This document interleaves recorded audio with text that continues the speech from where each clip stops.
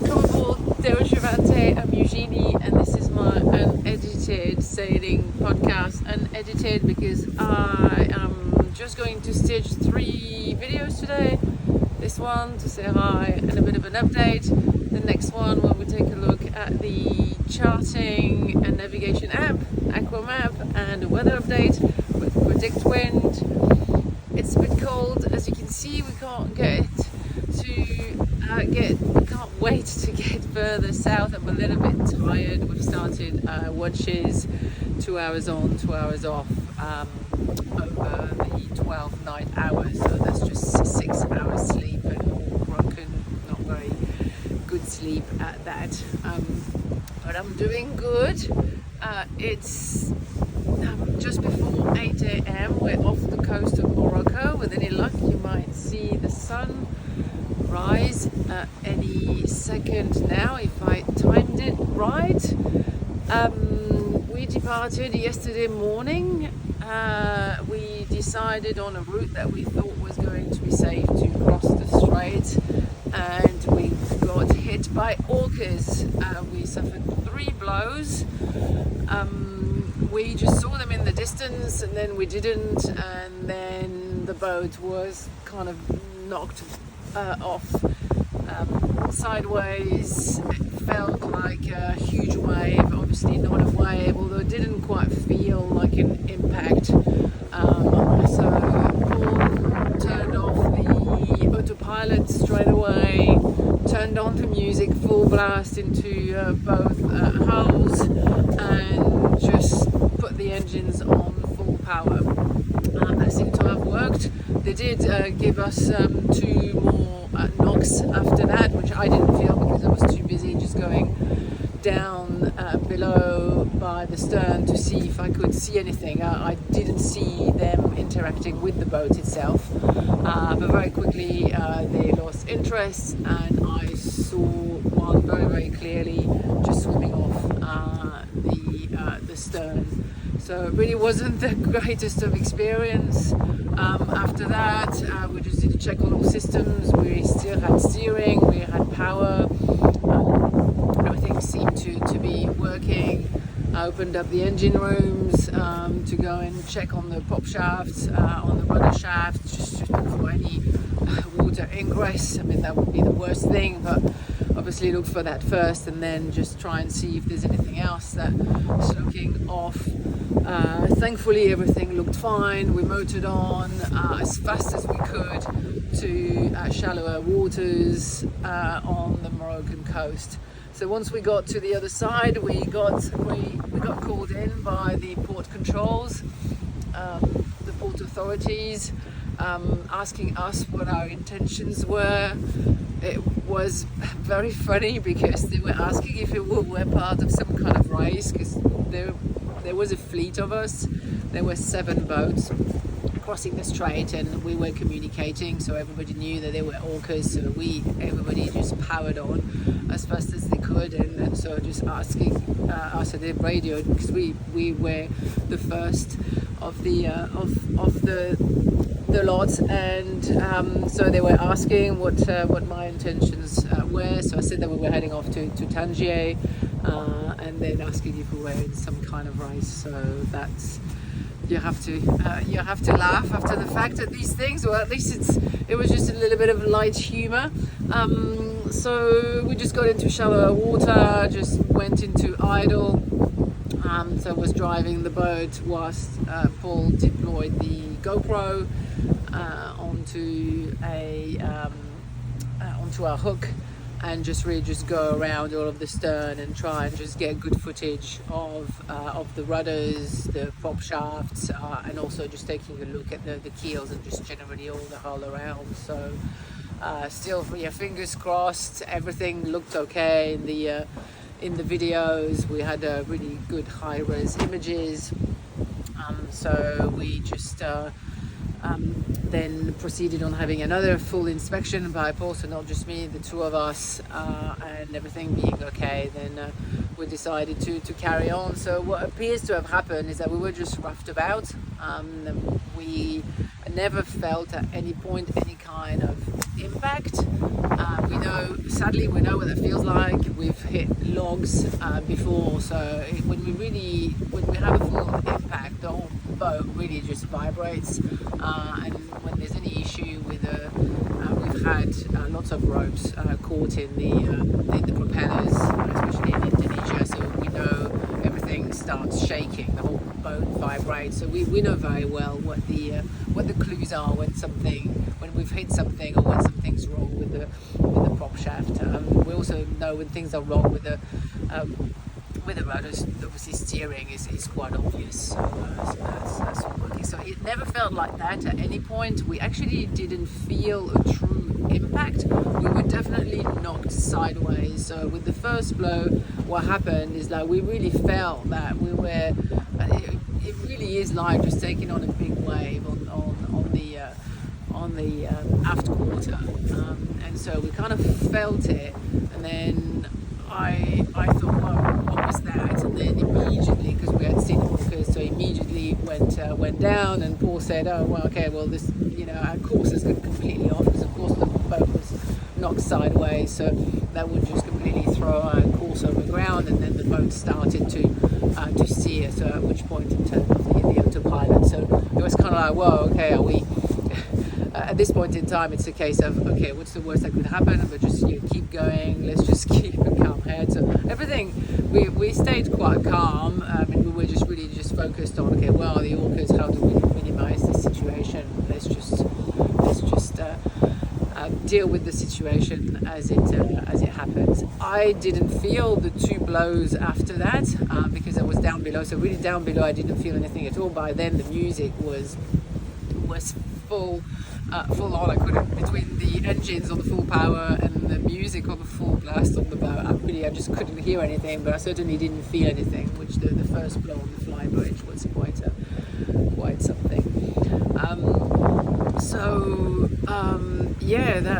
That was our departure out of the Med with a bang. It turns out, so we had selected that route. I'll show you when I switch over to the next video of the chart. We had selected that route because we had analysed all of the activities of the orcas. So just a little bit about the orcas. As far as I have researched, nobody understands why they're going for the rudders. Researchers believe that orcas find it playful. So when they're not hunting and feeding, the juveniles are occupying themselves, playing about, and they are attracted by rudders, and they just nudge them. The sheer force of them doing that happens to break them. And everybody was at encounters with them has reported that the attacks were never offensive, that it always kind of felt playful. And that's certainly my experience. When I saw them, we didn't feel under attack at all. We just saw the orcas in the distance, and then and then they were there with the boat, but it's not like they were just going at the boat itself, really. So I didn't feel that there was any kind of offensive threat going on. So that's the best hypothesis as to why they do it, as to why they are in the Strait of Gibraltar.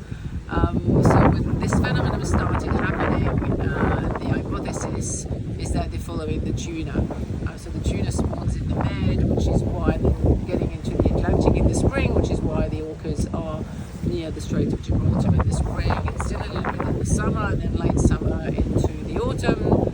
They have been observed to move further north up the Atlantic and along the Portugal coast and in the west coast of France.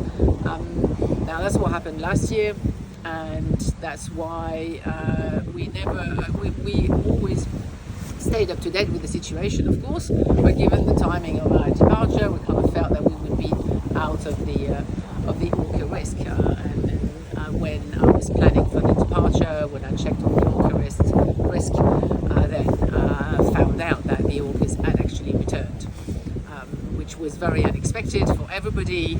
And the hypothesis is that the tuna, well, at least some tuna, are now sedentary in the Med, and therefore the orcas don't need to follow the tuna because there's tuna here. That's the the hypothesis? I don't know. I don't think anyone knows at this stage. All that we know is that the orcas are there. Now, they had been observed on the Atlantic side of the strait, which is where they're known to be very active. So if you picture Spain, Portugal, the whole peninsula to the north, and then Morocco to the south, they tend to just really be concentrated. The two hotspots are just to the north of the start of the strait, the Atlantic portion of the strait, and just to the south of it. But coming from Gibraltar, that was quite west, and when we analysed all the data, all the interactions and all the sightings, it looked like there was an area where there had been just very few sightings over long periods of time. So it was just like really the outliers. If you look at the heat map, that were on the eastern side of the strait. So we thought that we would follow the Spanish coast for about 5 to 10 miles, within the 20 meter. So the recommendation is to stay under 20 meters of depth, because there has been no interaction at those depths. So that's the recommendation. So we followed the coast very closely in Spain, and then we crossed the strait on the narrowest part, and really east enough where there had been very, very little sightings or interactions over the last couple of years. And we were hit pretty much in the middle of that. There, as it turns out, we just discovered the new hotspot. So since then, after that, I just kept in touch with the various groups, and many orcas, over 20, have been sighted since. So the whole area now is marked as high risk. So it's a big issue for sailors, because it means that you cannot cross the Strait of Gibraltar anymore. It's just it's too risky. So we knew that zero risk just was unreasonable to expect, and we certainly didn't expect that. But of course, we never expected to. We thought that we were mitigating the risk, and that's not where the orcas would be, and we found them. So yeah, just very tough situations for sailors. If I had to do it again now, knowing what happened, to be honest, I really don't know what we would do. It's a tough one, because trying to time so finding the weather window, one, to get out of the strait, and two, to continue all the way to the Canaries is hard enough as it is. Then you need to time your departure, because going east to west across the Strait of Gibraltar is more challenging than going west to east. The current flows mainly west to east into the Med, but because there is a little bit of a tidal flow, that reverses a few hours every day with the tide. So you also have to time that, and then the wind accelerates in the strait, and then the wind direction that you want to go to the Canaries is not necessarily the one in the strait. So there's like so many variables that you have to take into account to pick your window and have reasonable conditions to cross the strait. Just having the orca with that just makes it just throws everything else out the window, because of course you want to keep your boat safe. So the first thing is, right, okay, let's just try and get out of the strait as safe as possible. And because you're motoring so close to the coast, you really need to have calm conditions. In the strait, you really get a lot of current, you get a lot of eddies, there are pots, fishing nets everywhere, and just hazards everywhere. You would never ever be this close to the coast anywhere else. In fact, when we were getting out of the strait, so we did most of it on the Moroccan side, there were lots of fishermen, lots of boats, lots of nets. We had very good visibility. It wasn't too windy, but we did motor into 10 to 15 knots, which is never ideal. And when we rounded the Cape, we were way too close. If anything went wrong, engine failure, anything, you have very, very little room to do anything about it. It's just something that we would never choose to do. And we were still in 60 meter depth, because it felt like we couldn't get any closer. because the charts, there was just one portion it just said between 0 and 10 meters, and we're not really familiar with the area, and so it's a really tough call, really tough situation for the sailors, but we're very, very thankful to our lucky stars, and our boat. She kept us safe, and she's still going, and we are on our way to the Canaries. So a lot of adventure was had yesterday. We were on our feet all day. In fact, we didn't even see any of the scenery because we were just so focused on the water through the binoculars and just looking at just any little splash of water, any signs of any dolphins or whales or orcas. We didn't see anything else after that. When we departed, we saw a few dolphins and then the orcas. But where you have orcas, you don't really have dolphins. So I think they're moving everybody out, including the sailors. Let's take a look now at the charts and see where we started from, what our route was, and the location of the orca interaction, as the technical term is. And let's take a look at the weather update. So here's where we departed from Gibraltar here, and the plan was to follow the coast very closely, the coast of Spain, very closely inside the 20-meter contour to about here, and then cut perpendicular to the TSS in this area there, where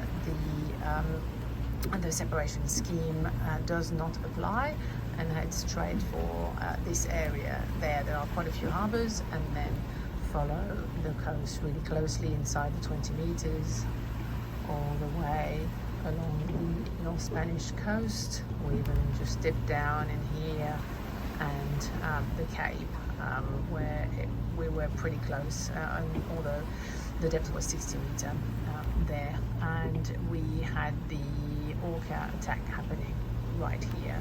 I've been monitoring since yesterday. More orcas have been tagged, and they are present everywhere in the strait. So let's look at the weather now. We are close to Casablanca, which is about here, and this is, let's just rewind to the time now, which is about there. So the conditions are accurate in terms of what we're experimenting. So I'm just going to run that. We can see quite clearly that we've got a high here, so generating this flow of wind. I'm watching this zone of acceleration right here. So what we're planning to do is just head further offshore, just to avoid the worst of it. Here it's forecasted to gust up to 30 knots. It's downwind, but we just prefer to avoid the worst of it. So any known acceleration, in fact close to Essaouira in Morocco, so we'll be avoiding that and heading towards either Lanzarote or Gran Canaria. We haven't quite decided. If you made it this far, thank you so much for tuning in. Please like, follow, subscribe. It's the best way to support this channel, and please check out our sponsors. This was my unedited sailing podcast. Join me again tomorrow for my next vlog. Until then, Gibraltar out.